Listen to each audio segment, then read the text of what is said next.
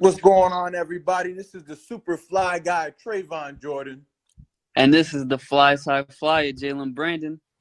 And we collectively known as Waves and Curls, and you are listening to Wrestling with Entertainment. Hi, this is Billy Starks, and you're listening to Wrestling with Entertainment. This is Little Mean Kathleen, and you're listening to Wrestling with Entertainment. Hey, Pyromaniacs. This is the Unbreakable Shawn Phoenix, and you're listening to Wrestling with Entertainment. Hello, and welcome to the show. It's Wrestling with Entertainment, bringing you the latest exclusive breaking news, previewing and reviewing the latest shows from WWE, AEW, and New Japan every Saturday, and interviewing your favorite wrestlers every Wednesday on YouTube and Castbox. I am your host, James J., alongside Kaliko Yachts. No drinking today. Just try not to be the pedophile at the park. Ooh. And Scooter Dust. Surprisingly, I have also cracked my skull open. In fact, I did 10 minutes ago. No, happened when I was a baby. Oh. And it's a great day for wrestling, because we are wrestling with Unbreakable Shawn Phoenix. How are you, Shawn? I'm wonderful. How are you guys? Well, good. Good.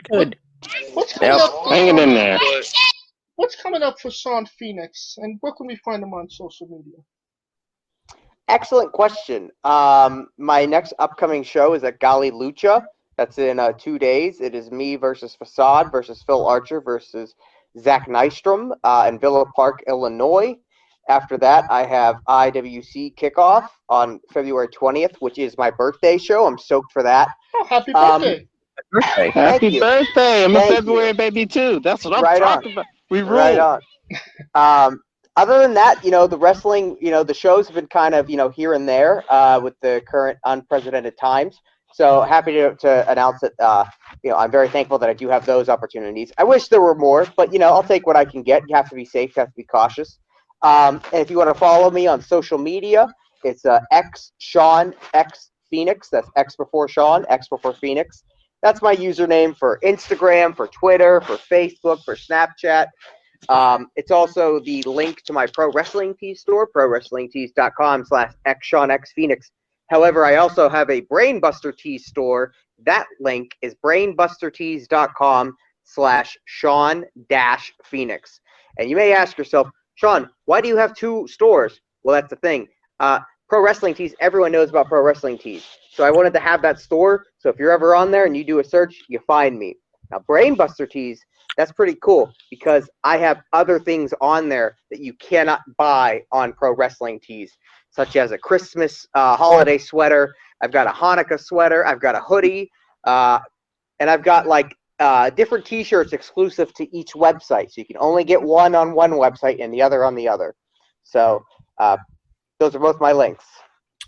And all those links will be in the description of the video on YouTube and Castbox. Listen to the interview, like them on social media, and buy some merch.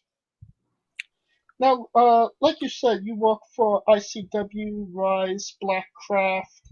I first saw you on Limitless Wrestling. Can you tell us a little bit about Rise and ICW and your relationship with them? It's actually IWC. Very common mistake. A lot of my dad calls it ICW all the time. Oh, my so I bad. just wanted to. Yeah, it really happens all the time. People think ECW, WCW, ICW. IWC, International Wrestling Cartel. That is actually based out of Elizabeth, PA. That is the company, the first indie company that I ever saw as a kid. I was a young 13-year-old impressionable boy playing the backyard wrestling video games on PlayStation 2, was watching NWA TNA weekly on Wednesdays, got familiar with guys like CM Punk and AJ Styles, and Chris Sabin, Christopher Daniels, and I heard an advertisement for IWC advertising those same guys. I couldn't believe it. this was a wrestling company that was different than WWE, different than NWA TNA, but had those guys. I went and then saw guys on the card like Josh Prohibition and M-Dog 20, like the Backyard Wrestling video games. It blew my mind. I became hooked. And that's when I knew that not only was I saying I'm going to be a professional wrestler, that day I knew how to become a professional wrestler. So it is amazing that I get to work for that company because of what those letters mean to me, all the history I have with that company. I'm so thankful to work for them. Rise Wrestling is based, well, we actually lost our venue due to COVID. So we're kind of in purgatory right now, but we were based out of Lamont Furnace, PA. That is owned by my trainer, Brandon Kay, started a new company to kind of highlight some of the young kids in the Pittsburgh area. And I followed him because I'd walked to the end of the earth for my trainer. Then it got to the point where we became so popular with the crowd that it kind of lost the meaning of being these rookies that were overlooked. So now the rookies that were overlooked were kind of the established stars, which is super cool. So we had to create a second sister company called Uprise for kids that need bookings and opportunities. So I think that's pretty cool they do that. And I'm sorry, what else were you asking for? Oh no, just those two. But I was gonna ask, I only saw you twice on Limitless Wrestling. Was that like a one-off, or are you going back to them as well? So funny story. I fractured my skull in October of 2018. Fast forward, I'm now deaf in my left ear because of it. I have to wear special hearing aids called cross aids to kind of compensate for, the hearing loss. But at the time, it was up in the air because it's not covered by insurance. So we did a benefit show and to pay for that and other medical expenses and just lost wages. And my friend from the Massachusetts area, who I've never wrestled for Limitless Wrestling, suggested to the owner, Mr. Carver, to do a raffle to the for an autographed poster, and everyone on the show signed it. And I guess they raffled it off, and I got the proceeds for that, which is super nice. Her name was Angela. We really didn't even know each other. I just happened to see one of her tweets that said, "Hey, if you want a wedding invitation, or if you can't make it, let me know." And me being the goofball that I am, not knowing this girl, I said, "Hey, I'm sorry, I can't make it." And she's like, "I'm sorry, who are you?" And I was like, "Well, you said to let us know." So because I'm hilarious, I sent her an autograph 8x10 and, congratulations and sorry I couldn't be there on our special day. So we kind of like befriended a friendship on a joke. So because of that, like that raffle was legitimately the same day as my benefit show, and I'm so thankful for her and Mr. Carver to do that, that I made it a note that if I would ever wrestle again, I would repay Limitless Wrestling for what they did for a complete stranger. And this opportunity came up for me to wrestle on the Road series, and I jumped at the opportunity. I was like, absolutely. Me and a couple buddies, we hopped in a car. We drove about 14 hours to do it, slept in a garage, and I loved every minute of it.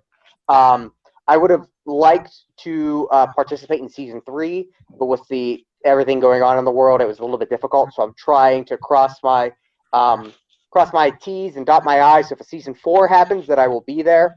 I love the hospitality that I have. I love everything. Admittedly, my performance on the road wasn't the best because it was my first match in 6 months because of the lockdown. So I was really critical of my my performance and my body, and I feel like I owe it to everyone to be at the top of my game for next time. So I would love to go back as frequently as possible. I had a blast up there. Oh, nice.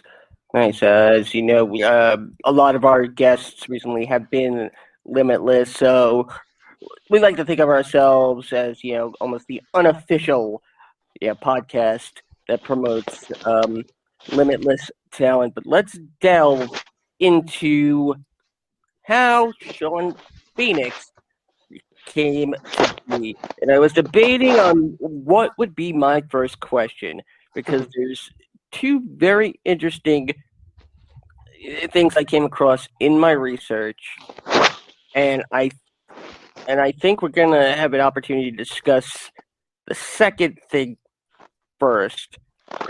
which pertains to everyone's favorite, posting community.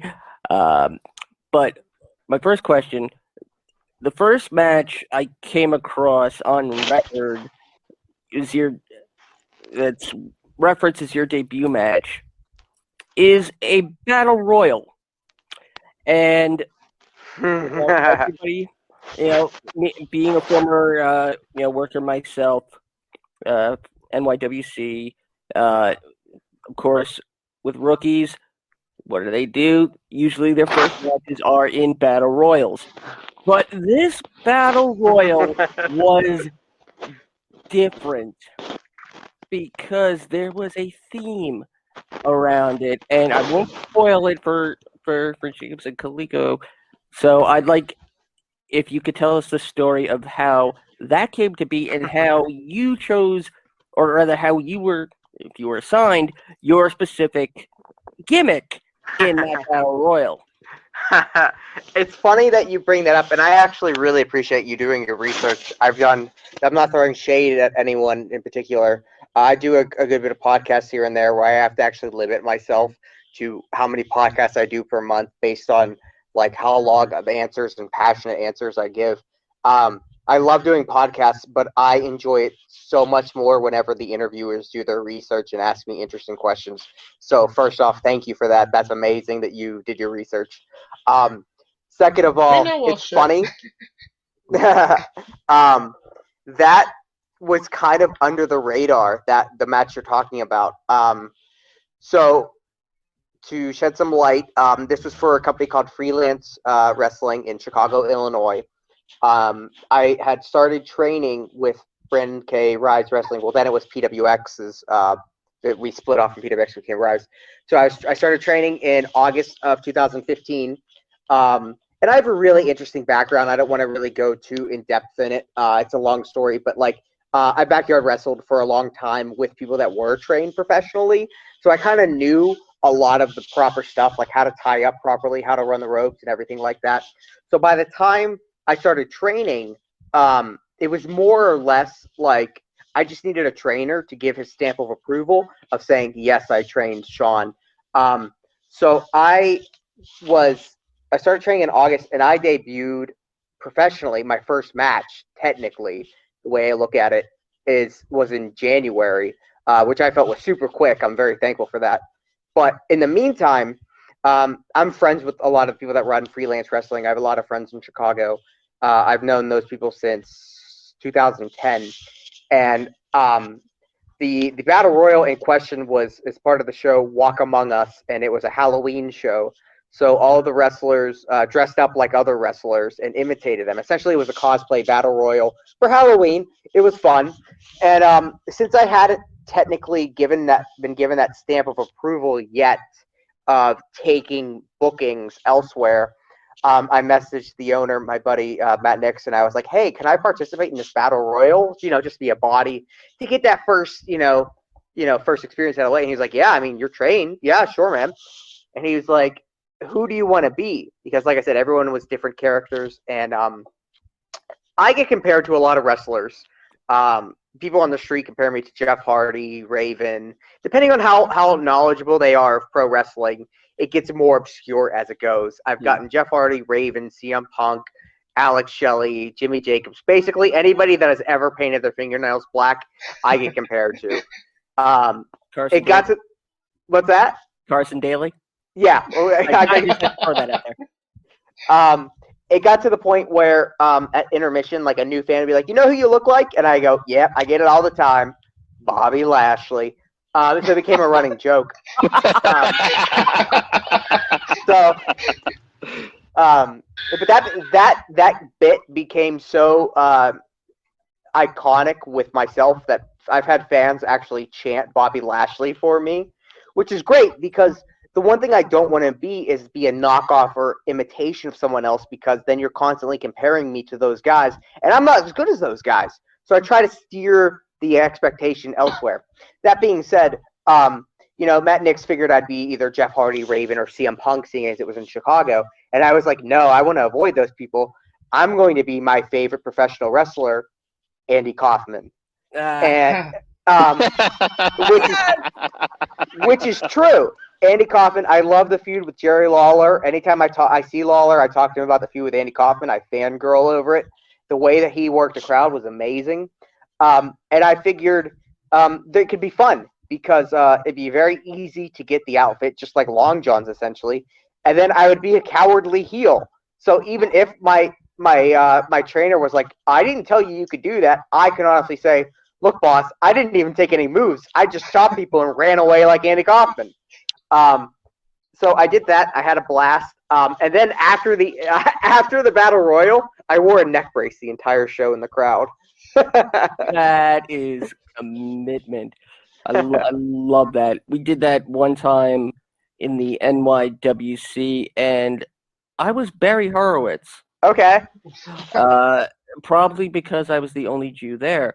And I could actually tap myself on the shoulder properly. But that's an incredible story. I love Andy Kaufman. I'm a Long Island born. Oh yeah. There's a lot of little bit of personal history there. So love that. Love that. I dig it. It's funny because I was kind of I'm kind of buddies with one of the gentlemen that run the cagematch.net website, to the point where I would send him results of the show just because I've been on a show where the commentators have referenced my cage match profile, and that kind of was a wake up call where I was like, okay, if people are paying attention to this needs to be up to date.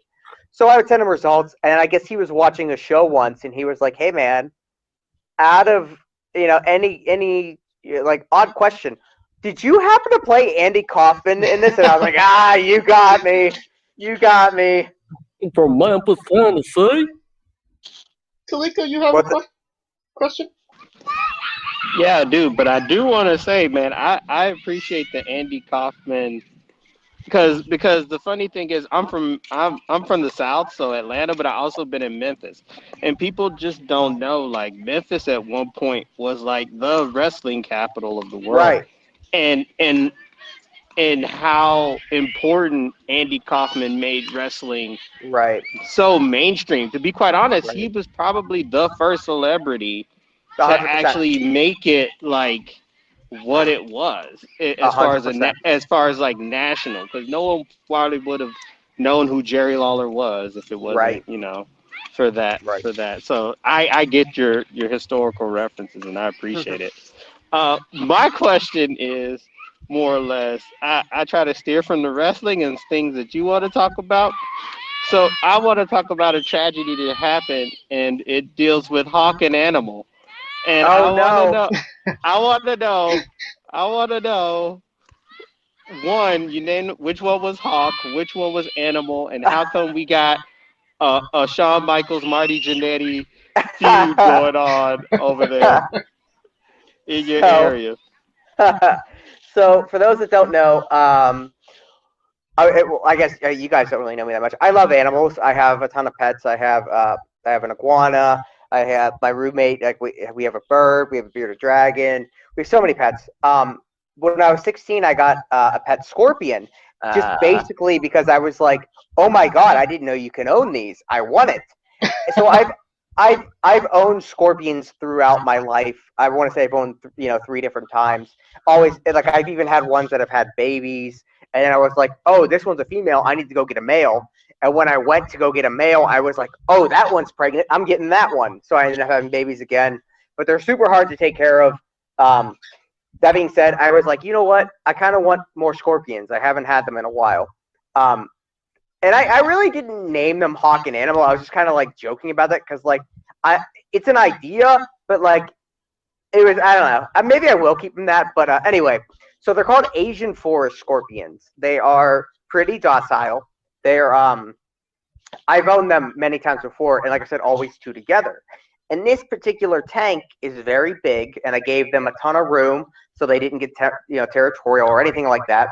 So I've had smaller terrariums with bigger scorpions. These guys were small, and I was feeling great about it. I'm like, cool, this is awesome. I get to watch these guys grow. And then one night, I noticed that they were hiding under their water dish, and I was like, oh, that's cool. They made a tunnel. They, first time they've made a burrow. And I was like, I kind of want to check on them. And I was like, no, I guess I shouldn't. I don't want to bother them. But I was like, I just want to check. I don't know. So I finally bit the bullet and checked.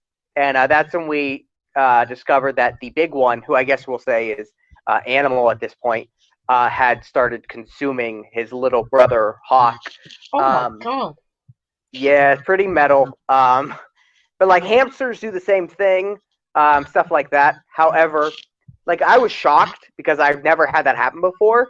But the thing that I made a big mistake. I put the heating pad on the bottom of the terrarium, and they dug under the water dish to get to the heat.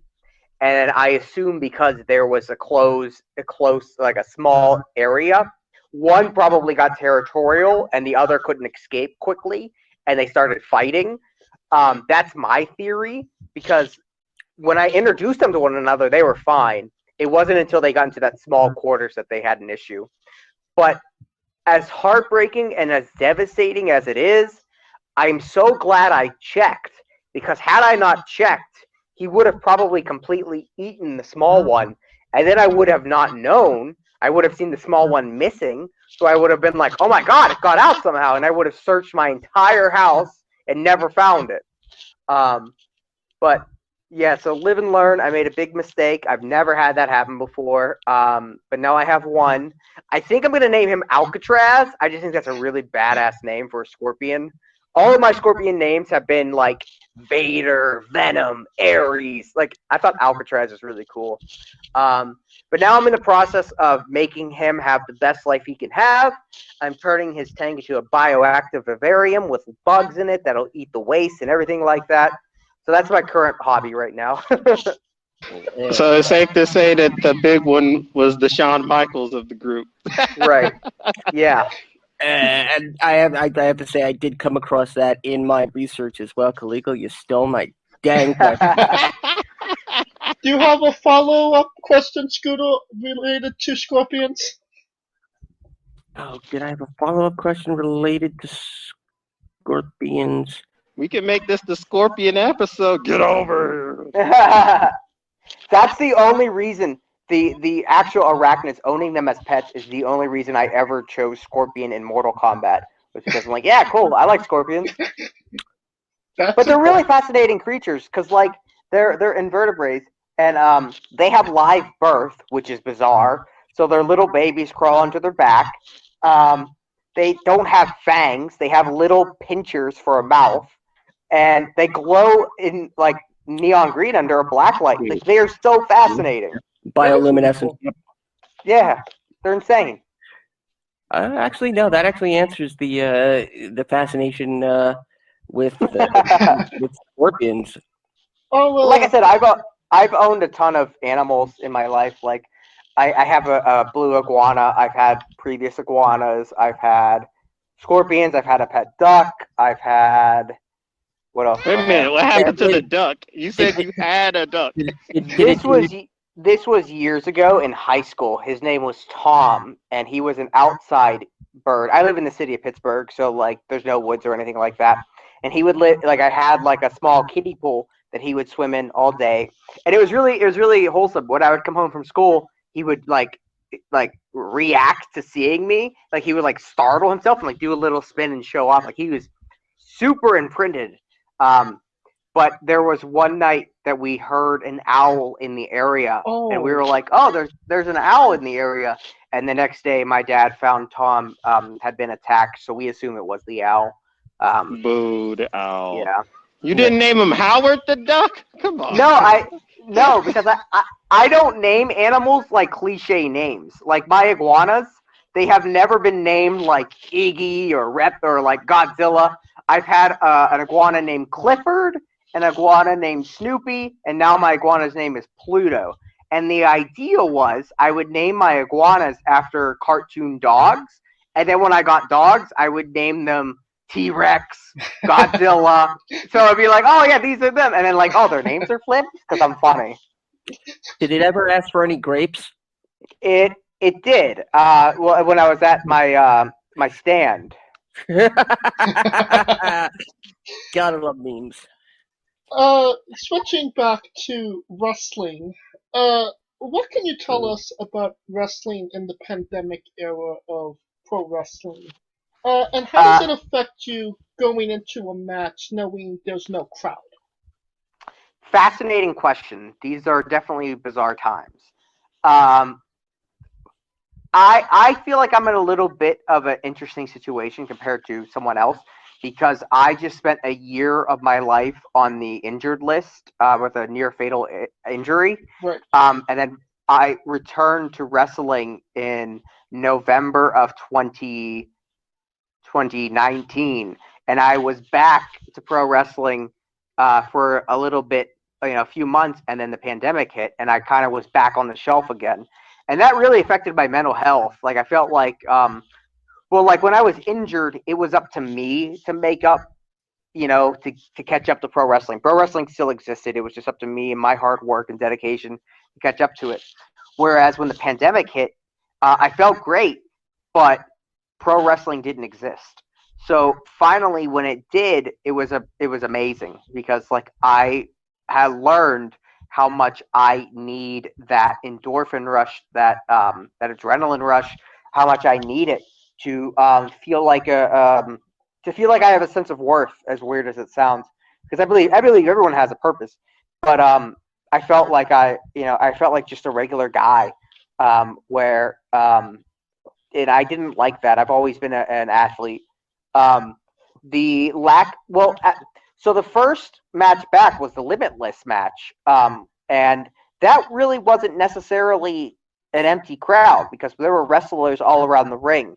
So that was nice, and that was kind of a challenge too, because it's one thing to entertain fans, but I feel like it's even more of a challenge to entertain other wrestlers because they know what it takes and they can really be critical of what, like, oh, you did this wrong. And I know that for sure because I am a wrestler. So there's a little bit of stage fright, so to speak, especially because I hadn't wrestled in a couple months. So there was that. And also, I ended up catching COVID-19 in July. Ooh. Yeah, it wasn't fun. I work at a record store, video game store. I love my job. My Clark Kent job is amazing. It allows me to play Superman on the weekends, I say. We're very serious about it. We wash our hands every hour. We sanitize every hour. We sanitize the phones. We wear masks. I am super, vigilant about it because my parents are elderly. And my dad's constantly in and out of the hospital. My roommate's grandparents are elderly. So, I take it very seriously. That being said, to this day, I have no idea how I caught it. Could have just been touching a door handle. Could have been touching a gas pump. I don't know. But I felt like since I was the first pro wrestler, to my knowledge, I mean, I'm sure there were other pro wrestlers that caught it. But to my knowledge, I was one of the first to get it, at least in my area. So I wanted other people to feel safe, especially in that time when it was kind of we were still learning about it. So I choose to wrestle in a mask now.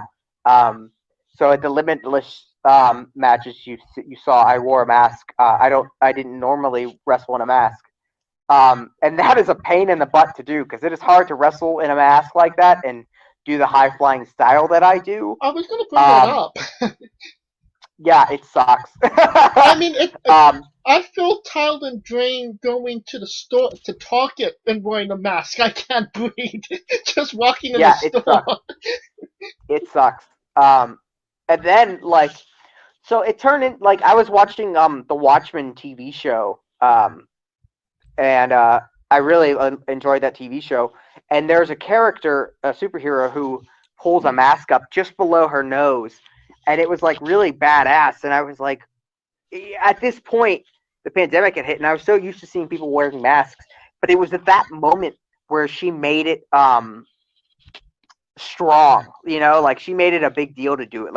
That was her suiting up. She pulled it up, and it looked like just a COVID mask, and it kind of hit me. I'm like, masks can be cool if you make them cool. So I contacted a mask maker, and I got a custom mask made, a pretty expensive one. With this crazy design on it that I now wrestle in.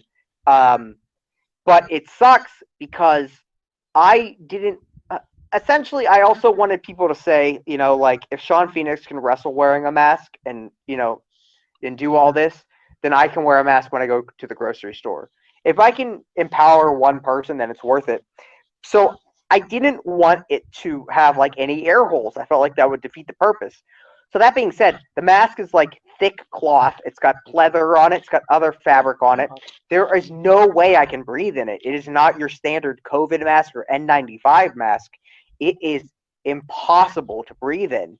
And I don't want to be that guy that's pulling it down so I can breathe through my nose.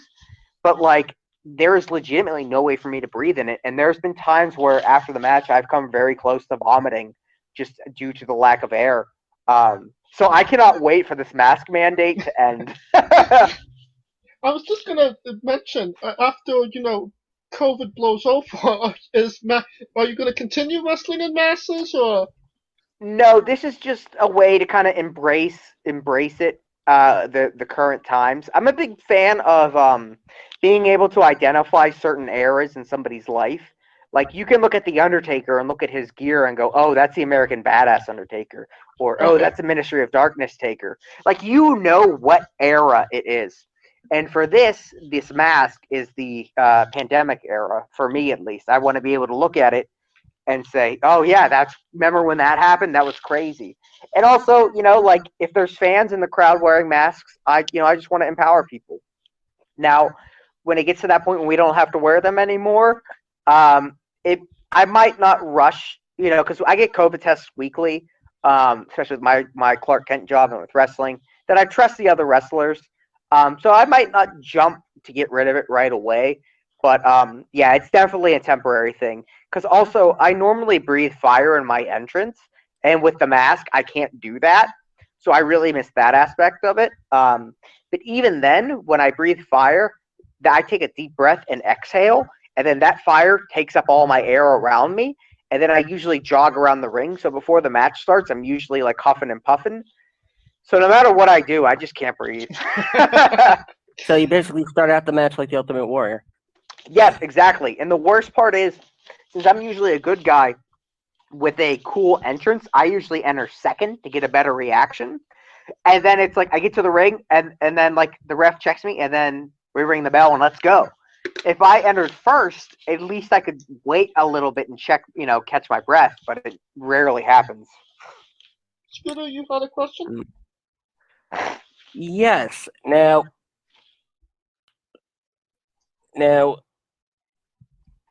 I saw a particular match of yours from Rise's 3-year anniversary, which against Ziggy Haim, and which was, according to the commentary team, your first match back after injury, at least for Rise.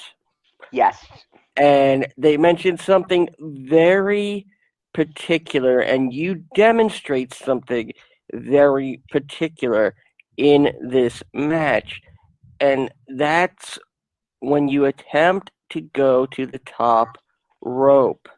And they specifically call out your hesitance, almost as if it's, and I mean no disrespect to anybody who suffers from this in some way. I know I do in a certain situation, but it was almost like a post-traumatic stress. How much of that was just to capitalize on the fact that the incident happened, and how much of that was all you? Fascinating question. Let me start off by saying, yes, that was my first match back at Rise Wrestling for their 3-year anniversary show. And that match meant a lot to me because of the fact that, just due to scheduling conflicts, even though Rise is one of my homes, I've never wrestled on any of their anniversary shows. Just the first, the first anniversary was I was booked somewhere else, and I committed to that booking because they got me first. The second one, I was injured. So the third one, I was like, I can make this. And the booker asked, well, Shawn, who do you want to wrestle? Because with the anniversary show being the biggest show, a lot of storylines are leading up to it. and I had just gotten cleared about a month before then, so it really wasn't time for me to establish a story, a blow off or anything like that. So he said, "You have a lot of friends all over. Who do you want to wrestle? We'll see if we can bring him in." My first thought was Alex Zane, because he's one of my best friends. I don't know if you guys are familiar. I've grown up with that guy. We spent holidays together. We have so many stories together. He couldn't make it. He was in Australia, I believe, or maybe Japan at that point. Then I went to Whisper. I went to a ton of them. They couldn't make it. And then the booker said, "Why don't you just throw out an open challenge, and whoever we can find to accept it, accept it." And I was like, "That's fine. Yeah, whatever." Like, I'm a company man. I want to, help out the company rather than like, yeah, it's a great showing for me, but also if somebody else can benefit, that's tremendous. And my tag team partner, Ziggy Heim, answered the challenge. I had a lot of fun in that match because it wasn't a breakup between a tag team. It was a competition. She said I'm too nice in pro wrestling and in real life, so she was trying to get me mad and smack me. And if you haven't seen the match, I highly suggest watching it. I'm very proud of it. But the question, how much of it is a show and how much of it is authentic? In terms of your hesitance in going to the top rope. How much was kayfabe? How much was a shoot? How much of that fear? Well, you put me in a tough situation because I apologize. No, it's okay. Because if it's a show, I don't want to flat out and say it's a show. If it's authentic, I don't want to admit that it's authentic and be a pansy. Maybe I could simplify it with a simple yes or no. Was the yes or no? Was there actual hesitance in going to the top rope in the match, or yes. Were you confident completely? Yes. Look at it, but also look at it this way. When I fractured my skull, I was told I would never wrestle again, and then it got shortened to I won't wrestle for 5 more years, and then it got shorter and shorter and shorter, and I was in that time I was told that I would be in the hospital for 3 months, and then I have to transfer to other hospitals. Long story short, I was out of the hospital in 6 days. In miraculous time, I had to learn how to walk again. And the first thing I did once I got out of the hospital was get into the ring because I didn't want there to be any PTSD. And I didn't want to be afraid of what I love so much. Mm-hmm. That being said, I have legitimately not jumped off the top rope since my accident. Okay. That's that's absolutely understandable. Yeah, I myself had an unfortunate experience in the ring that didn't injure me physically. It got me psychologically to the point where I'm not sure if I want to get back in the ring. And then, of course, an injury happened where basically I need to get discs fused if I ever want to get back in the ring. But thank you for answering that. And and like it bums me out because I love high flying, I love risk taking, but also at the same time, I feel like I can do it. Now it's at the point where I want it more than ever because my finish is the 450. Now that I'm really determined, however, I realize that now that I'm getting these type of questions where people are legitimately concerned and wondering, I feel like there's a way we can make magic here and really make it matter whenever I successfully do it for the first time. You know? Yeah, that's like it's almost like wondering if Ric Flair would ever actually hit a top rope move instead of just getting tossed off. Yes, we love the attempts, but the moment it actually hits is the moment we all go nuts. Right, and I remember he did actually successfully hit something off the top rope towards the latter point in his career. It may have been his last match. I don't recall which one it was, but I remember he did it and the crowd went crazy and he got a standing ovation. Shawn Michaels at 24. And I believe, now I'm sure there's some other matches, but there was one other match where he did it, and that was and he did it successfully multiple times in a row, and that was Starrcade '93. Right, yeah. So Thank you for that confidence. I love that. Kaliko, you have a question for us? Oh yeah, it's more going to the power of social media, because one thing that I notice with Kaliko. it's very few in the community that actually use their platform for the good in the wrestling community. Most people try to get themselves over, or they try to kind of like fake niceness in a sense. And you're one of the few guys where I see it like based on the context, it seems very genuine that you really want to see like people succeed in life. And I remember you sent the tweet to Matt Cardona thanking him for changing the game as far as like um, social media and in wrestling in general. Just talk about how important it is for you to leave like some kind of positivity, because like you harken back on it, like if you changed one mind like with the pandemic, but your overall general approach to you're trying to spread love throughout wrestling, because I've seen you do it with like LGBTQ wrestlers and a plethora of different promotions and different wrestlers. So just elaborate on how important that is for you to spread the love, and it seems like that you received. And before he answer, after he answers, I do have a follow up right on that one. Okay. Fascinating question.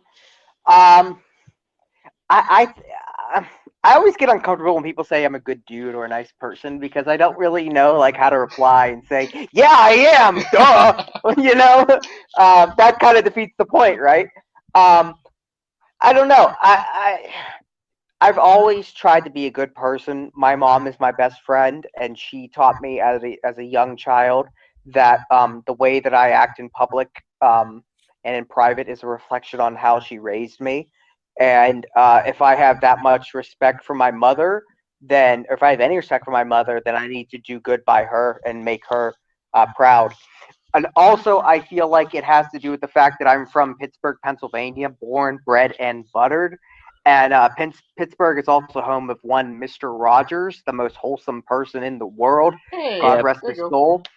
And I feel like as a Pittsburgher, I have to I want to make him proud, and spread the love and be better than any negativity. I've always been a positive person, and it's really odd because like I have suffered from depression for a long time, but I'm a very positive person, and it feels like a contradiction of that. But depression is very legit, and it's you can't really reason with it.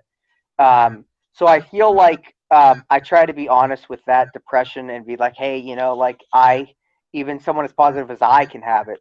That being said, I've before the skull fracture incident, I suffered a near death experience at a concert. I got trampled on and went unconscious under bodies, and that moment yeah, it was pretty terrifying. That moment really made me really appreciate life. It was my first near death experience, and I was legitimately just so happy to be alive. And I just want everybody to have that feeling. And then the skull fracture, I I was life flighted to a hospital. I got a CT scan and everything like that, and then passed out, went to sleep that night, and then woke up and found out my sister had taken my cell phone home because she wanted to reply to everyone checking in on me. So by the time I got my phone, not all the people had heard from me per se. So when I checked my phone, the overwhelming love and support that I got, the amount of text messages, Facebook comments was in the like hundreds, 300 notifications. And I would get so overwhelmed that seeing that love that I would get emotional and I would put my phone down and I couldn't even reply to it. The amount of love that I had during that process was unlike anything that I've ever experienced. And the only way I can compare it is, unfortunately, is whenever you see someone that loses their life too soon, you see the outpouring of love from people. But thankfully, I got to keep my life, and I got to experience all that love.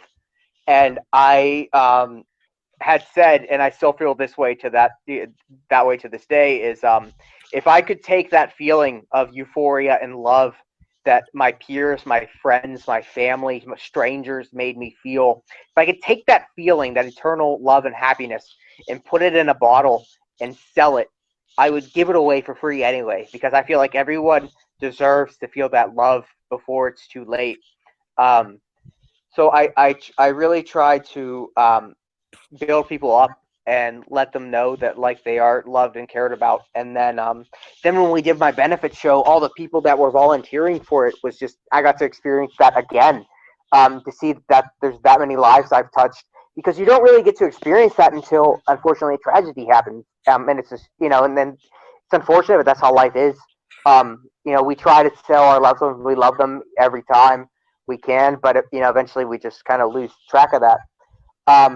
So I don't know. I just feel like and I also realized that with me being a positive person and having all these people in my corner, it was super important to me to remain positive, because I felt like I had all these people in my corner and I couldn't let them down. But that being said, I know if I was unhappy or was like, why me? I'm sure everyone would say, oh, Shawn is completely justifiable. But that's not who I am. And I wanted to, be strong for other people and kind of use this negative aspect of my life to empower other people that that are maybe going through issues of their own, whether it be physical, mental, emotional, anything like that. That if Shawn can do it, if he's a legitimate Phoenix and he can rise from this, then I can rise from this too. So that's been my goal from day one, especially with my wrestling style, getting beat down and overcoming that to fight back. Whether I win or lose, I always fight back. I want to empower people to do that, and I feel like that was it became really important to really own up to that. And then whenever the footage of my accident released, I wanted it to get out there because I'm a stuntman by nature. I want my injury shot to make it into the movie, just like stuntmen, because I put my life on the line. The least they could do is use that in the footage. But the goal was to not really profit off it, but to tell other wrestlers, hey, look, these risks are real. And if I could save another life, if I can make somebody else hesitate and think, wow, yeah, maybe this could happen to me. And if I could save a life, then it was worth it to me. And I'm sure it was even a wake up call to myself, because I have always been taking risks, even something as stupid as driving on an icy road. My mom would say, like, don't do that, it's dangerous. I'd say, it's gonna be fine, and it was always fine. And I feel like I got kind of cocky because of that. Like, oh, there's a storm, you're gonna get struck by lightning. I'll be fine, and I never did. And this was the first time, I put my foot in my mouth. Piercings. What's that? In her defense, you do have piercings. There is a greater chance of you getting struck by lightning. It's funny you mentioned that, because I am legitimately afraid of lightning storms because of that. Because I saw an episode of MythBusters where they proved that, like, yeah, exactly. I love that show. And it's confirmed. I usually wear a wall chain or something like that, so I have a lot of metal on me. So if there's a thunderstorm, I usually try to get into shelter very quickly. But that being said, so I feel like the accident was kind of a wake-up call for me. So I feel like if it was a wake-up call for me, then it could be a wake-up call for other people. And I don't know. I mean, it costs literally no money to be a good person. So why not be a good person? No. Long answer. I'm sorry. On top of that, that's great. Me myself, I'm diagnosed bipolar 1, so there's the highs, there's the lows, but you talking about being a good person. In my research, I came across something that really touched me, and I didn't find any resolution to it, and I'd like to ask about it. Now, I myself recently got verified as a bone marrow donor. You were involved in a GoFundMe to help a friend with a bone marrow transplant. Yeah. Now, when I checked the page, it was almost at the goal, but this was a number of years ago, and I wanted to know, and this also came off the fact out of the controversy with Glenn Gilberti in a WrestleZone article where you said, yeah, you want, rather than people focusing on, this is a wrestler, messing up, that you wanted to focus on, using your influence in this case to help a friend, and it linked to the GoFundMe with the bone marrow transplant. How did that end up? Did everything go okay with them? Did it happen? And are you comfortable talking about it? Oh, absolutely comfortable. So, yeah, after my accident, and then after the my whole incident took place in waves. It didn't all happen at once. Like, I got hurt, then I was released from the hospital, and then my sister made a GoFundMe behind my back type of thing, and I didn't want one because I felt like it was my fault. No one should, whatever. And then the the video went viral. But throughout there, everyone was always asking me for a GoFundMe. Like, how can we help? How can we help? And I was like, I don't know. Like, this feels wrong. But I realized I was in the public eye. So what I did was I shared my buddy Caden's GoFundMe. Now, Caden is a wrestling fan based out of Cleveland, who I've had the pleasure of performing for and calling a friend for years now. And he is a gift maker on Twitter. You may have seen him. I think his username is KVR or something. So I'm sure he's popped up on your timeline here and there. He's a good kid. He loves wrestling. He needed a bone marrow transplant, and because of that, a couple of years before the incident, I actually registered to become a bone marrow transplant because I didn't realize how hard it is to find a candidate, and I wanted to do that. So that being said, whenever I had this opportunity to be in the public eye, I was like, well, you know what? I'm so uncomfortable asking for help that I would rather use this attention to help out someone that genuinely I feel like needs it more than I do. So I shared Caden's GoFundMe, and a lot of people really gravitated to that, and said they really respected what I did, and I wasn't doing it for thank yous or anything like that. But Caden actually ended up did find a donor, a transplant, that he's, as far as I know, pretty healthy. Awesome. Admittedly, I don't get to talk to him as much anymore because I don't wrestle in Cleveland because of the pandemic. But Caden was actually a huge inspiration to me when I was in the hospital, because I would constantly see him in and out of the hospital, and I was so uncomfortable in the hospital bed. First of all, tangent now. I sleep on my chest with my head under the pillow. Ooh. I cannot sleep on my back. Ooh. So the first night I was in there, they had IVs in my arm. They had fall alert things on my fingers. I had to sleep on my back. And I was like, this is unbelievable. But then when I was leaking spinal fluid from my ear, they put a catheter in my spine, and then I had to sleep at a 45-degree angle, which is essentially just sitting up. And I was like, this is absolute hell. And then I would be awake all night, and then come around 6 o'clock, I'd start to fall asleep.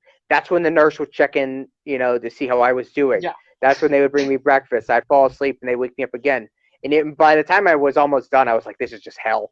And I kept thinking, if Caden can do this, I can do this. And he was a huge inspiration to me.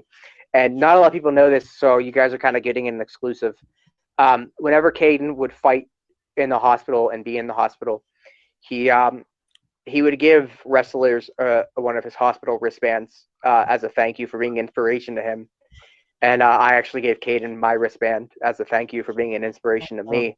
And I'm sure he appreciated that because legitimately he was a huge inspiration and really kept me focused on getting better and getting out of there, and to, other people have it so much worse than I do.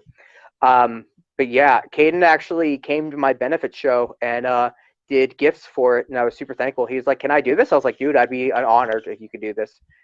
Because my goal at the benefit show was not only to get the help that I need, but I wanted other people to benefit from it too, in the sense of like my roommate's bird just flew to the floor, so you might hear some squawking. um, I wanted other wrestlers to kind of get exposure and everything like that, and I knew the reach Caden has, so I wanted other people to get the exposure. But yeah, Caden's good. As far as I know, he's kind of a wild one. He still wants to be a pro wrestler. I don't know why, but That's an awesome story. Absolutely. Awesome. I almost thought you said you didn't want to go to Cleveland because of the Browns. Browns Steelers thing. That almost was like, oh, I could see that happening, right? I was about to say, at least it's not Detroit.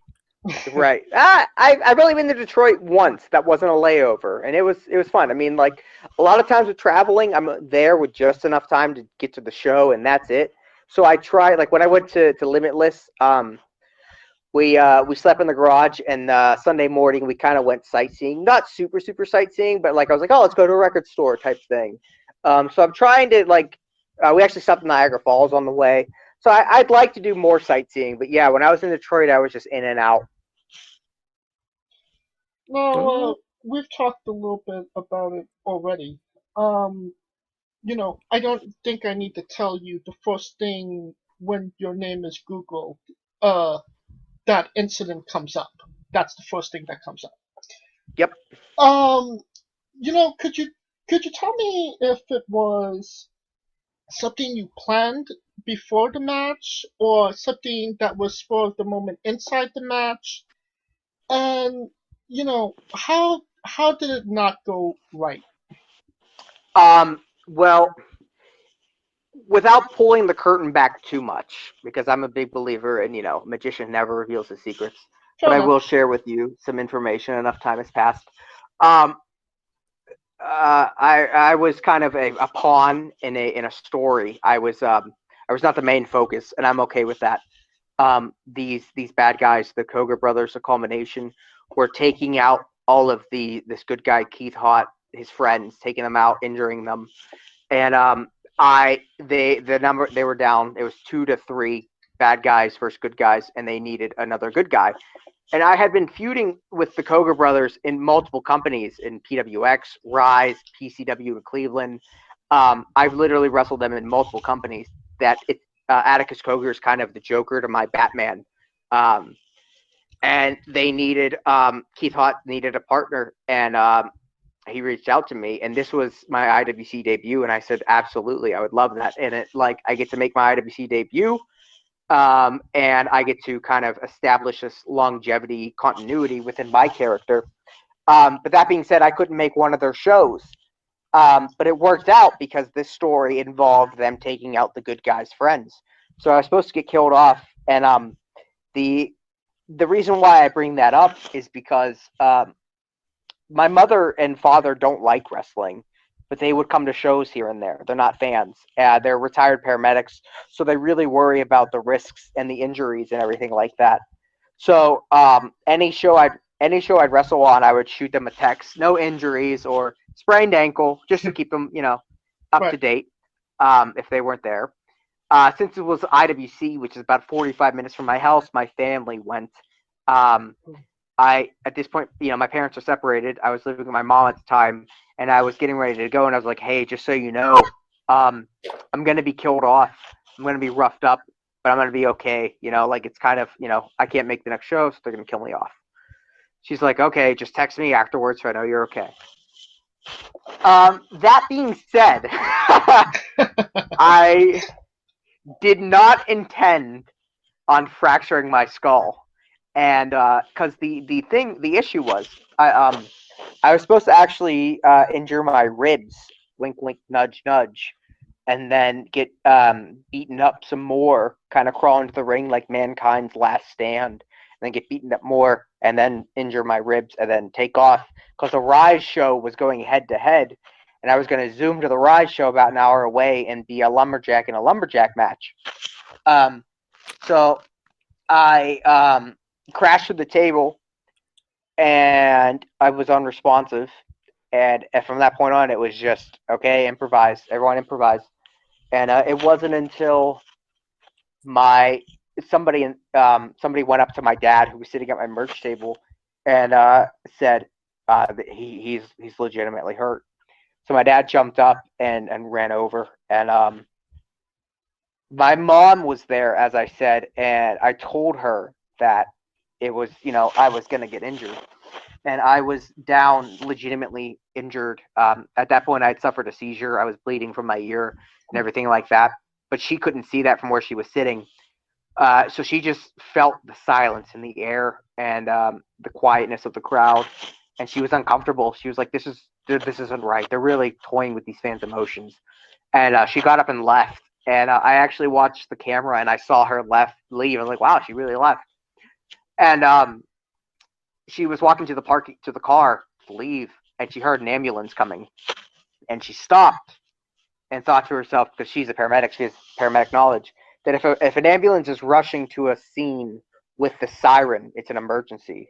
You could trip and hurt your ankle and call 911. An ambulance will show up, more than likely not without the siren, or without the siren rather. So she paused and she said, "Wait a minute, this might be real, but I don't know because he said this is going to be part of the show." That being said, my parents know how much I love Andy Kaufman. So she thought to herself, he would definitely call 911 to sell this, because that's also stuff I would do when I was backyard wrestling on a trampoline. I would act injured for the entire show and lay down during intermission so the fans could see, because I feel like the show doesn't end once the bell rings.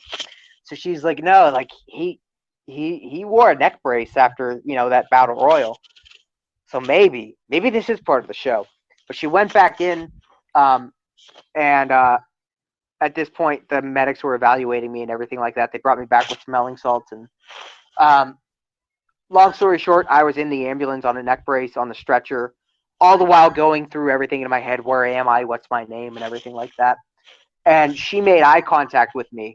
I'm on a neck brace, so I can't move. So she kind of looked down on me, upside down, and she, with disgust in her voice, asked, "Is this for real?"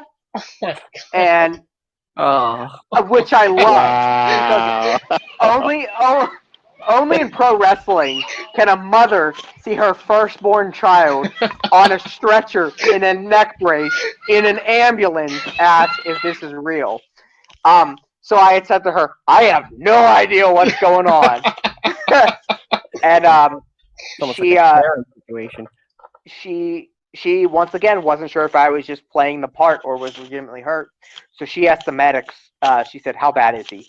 And they explained that I was bleeding from my head and had a seizure and everything like that. And she goes, "Okay, I'm a paramedic. Give me terms." And they had told her that they were life flighting me to a particular hospital, and I think that's when she kind of realized that this was authentic. And oddly enough, my aunt and uncle were also there. And what they did was super smart. My dad stayed and collapsed my merch table and everything like that and worked on that. And then my aunt and uncle told my mother to just go to the hospital. And my aunt and uncle followed the ambulance to the landing zone to give my mom updates. Because I had wrestled, they didn't care about staying for the show. In the meantime, my mom was getting a hold of my brothers, because my sister was there too, at work, and saying, I might not make it and they have to leave for a family emergency and go to the hospital. But, so everyone kind of split up and everyone did their own thing. And I did not know I was getting life flighted. I remember, because I know the area. I've lived in Pittsburgh my whole life. I know the area. I've been going to IWC since I was a kid. I was in the ambulance, and we stopped very quickly. It had to be about 2 minutes, but it felt like 30 seconds because I'm also in and out of consciousness. And just knowing the area, I'm like, there's no way we're near an hospital. Like, there's no hospitals near here. And I got out of the ambulance, and they put me in the helicopter, and I was like, oh my God, like I'm really hurt. And also, I know from being a son of paramedics that if an ambulance leaves the scene, with a siren, then it's a life or death emergency most of the time. But being in a helicopter, that is 100% life and death. I remember thinking, I'm in a helicopter for the first time in my life, and I can't even enjoy it. But yeah, so I got to the hospital in record time. Well, it felt like record time. I was there in like a minute. It felt like, which would have been an hour drive. And I'm sure also I was in and out of consciousness. They rushed me in to the CT room. They were like, "All right, we have to cut off your gear," and I was like, "Absolutely not! You're not cutting off my trunks because like I know how expensive that is." And then I ended up throwing up blood in the CT scan, which has actually scared me because I couldn't move my head. So they had to pull me out, and then by the time I was out of there, they took me to the room, and everyone was there already. My family, my then girlfriend, Keith Hott, who was in the match, was actually handcuffed to the post, so it would be 2-on-2. And poor Keith legitimately saw his friend crash and burn, and all the referees rushed to my side. That nobody took Keith off the handcuffs, so he's like, "Somebody let me go!" But then my dad stayed back for a little bit and just walked backstage and was letting people know, like, "Hey, he's gonna be okay. He hit his head." It wasn't until I got to the hospital that we really processed how bad the injury was. But as far as how responsive I was at the scene, that it was good. And like my buddy Andrew Palace was like, "Yeah, there was just some guy walking backstage. We're like, who is this?" And then he was like, "Oh yeah, such and such. He's used my real name. He's gonna be okay." And they're like, "Wait, we forgot that was your real name." And I was like, "Oh yeah." 2K fame. But yeah, right. So yeah. I'm sorry, I forget what the question was. We'll take that. We'll take that response, though. We will take all of that. I do have a follow-up question. After Yes. all of that, do you feel like it's good to be known for something, even though it's maybe not in the best of light, or would you rather just kind of leave the past in the past? I'm a big believer in there's no such thing as bad publicity, especially when it comes to saving somebody else's life. However, I'm also a big believer in everything happens for a reason. And because of that accident, I have made friends now that may have not known who I was until the incident. I have gotten opportunities based on it. I don't regret it, like I said, because I feel like it was a wake-up call to me. I like that. I'm not really a huge fan of being known as the kid who fractured his skull. I take much more pride in the kid that came back from the kid with the fractured skull incident. Like with how viral my accident went, I got a huge following. My follower count jumped through the roof and everything. I'm like, this is crazy. But I feel like not that many people realize, especially because of the pandemic, how short I was back to pro wrestling, that I really couldn't capitalize on it. That it's like, you guys know I'm back, right? No, I don't regret it. I mean, I heard song lyrics once that say 100 bad days are 100 good stories, and 100 good stories make me interesting at parties. And I'm a big believer in that. That's awesome. That's a good bar. That's a good bar. Right? Yeah, right? The only thing that sucks is being 100% deaf in my left ear. Even though I did get the hearing aids, they're called cross aids. They don't put sound in my deaf ear. What they do is the deaf ear has a hearing aid that's a microphone, and it sends the sound to my good ear, so I hear on my left side, or I hear on my right side, what would be on my left side, which is nice for when I'm riding shotgun in a car, or when I'm at a restaurant. That being said, if I'm at a wrestling show, when there's too much noise, it doesn't help me at all. With wearing glasses, wearing a mask, or hiding behind a spit shield at work with music playing, it doesn't really help me out at work. This pandemic has been a struggle for us hearing impaired people because I can't read lips now. Everyone's voice is muffled.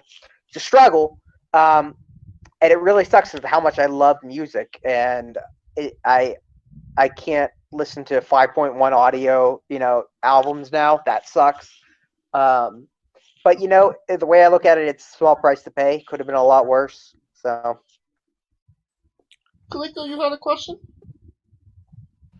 Yeah, I wanted to get to the music part. I'm a music dude, so I always try to get like people like their takes on their best albums or their go-to albums or go-to songs and stuff like that. So what are some of your musical influences that influence how you wrestle in a sense, or how you present Love that yourself? question. Love that question because I take no influences from pro wrestling. I take it from other stuff. Most of the time, it's musicians.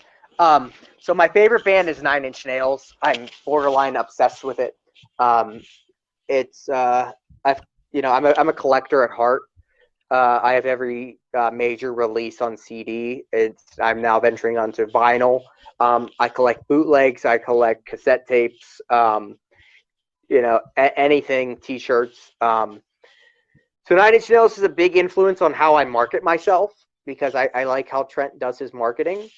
I'm also very widely influenced by Wes Borland and how Wes Borland, for those who don't know, the guitar player for Limp Bizkit. I'm a big fan of his side project, Blacklight Burns. He's the frontman for that. Big Dumb Idiot, Big Dumb Face. That was right. Yes, that one too. I never really got into that one. But I love Blacklight Burns. I never got to see them live. But Wes portrays this image. I don't want to say character. Maybe the character of being a rock star on stage for Blacklight Burns shows. And then the moment the show ends, he drops the microphone and walks right into the crowd and meets everyone. And I was like, hell yeah, that is the coolest thing ever. If I could legitimately end all of my matches just by walking in the crowd and meeting people, I 100% would. And you guys can bet if I ever get that okay, I'm doing it. Like, I just think that's the coolest thing ever.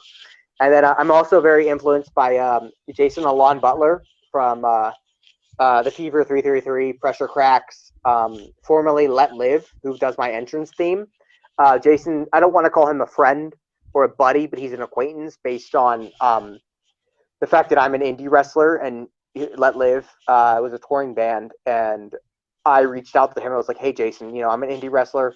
I love this song. Am I able to use this as my entrance theme? He's like, hell yeah, dude. Use it all you want. Send me footage. And like, we've chatted at venues. So I was like, hey, Jason, just, I'm the kid that the wrestler that you let use the theme. Gave me a big hug and everything like that. We catch up every now and then on Instagram. I gave him one of my shirts.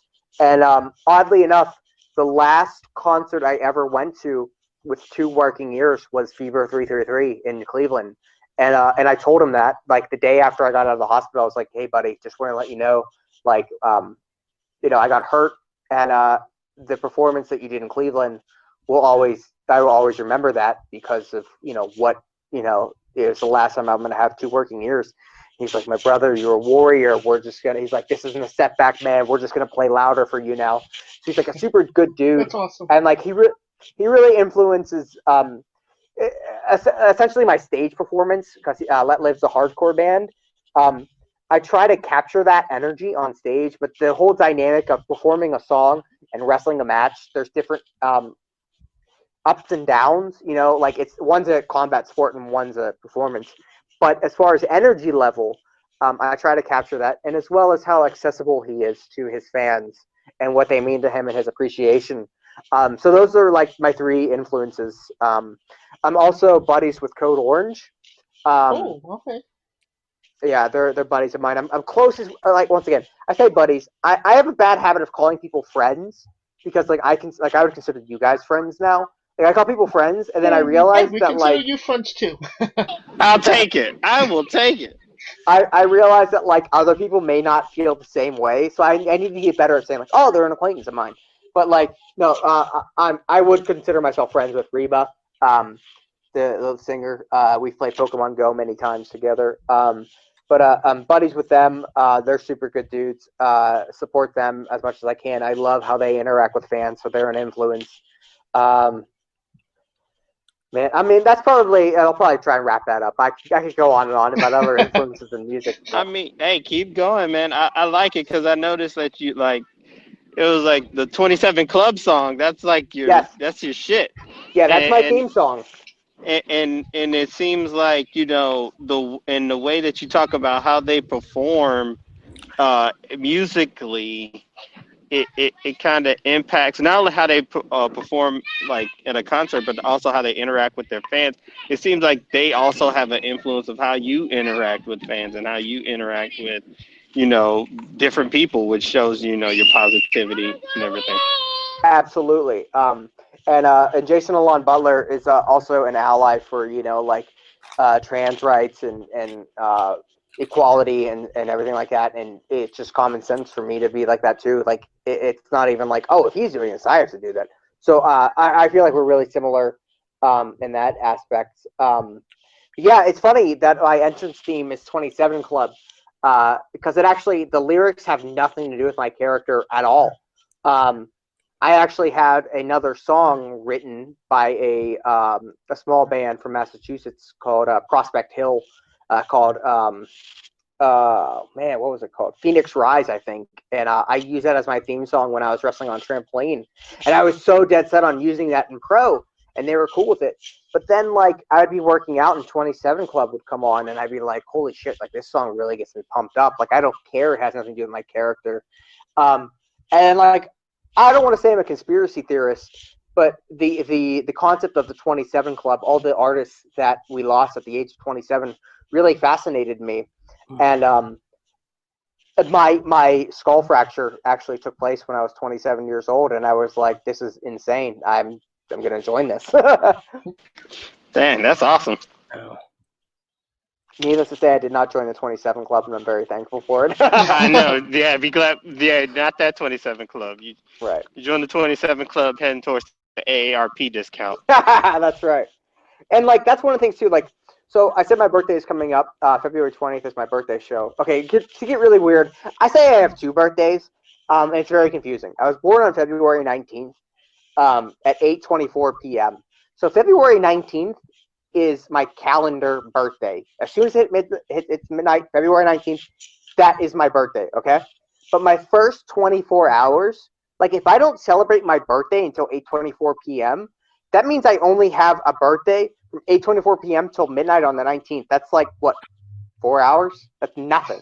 So then I say I have my first 24 hours. So I have from February 19th, 8:24 p.m. to February 20th at 8:24 p.m. That's my first 24 hours.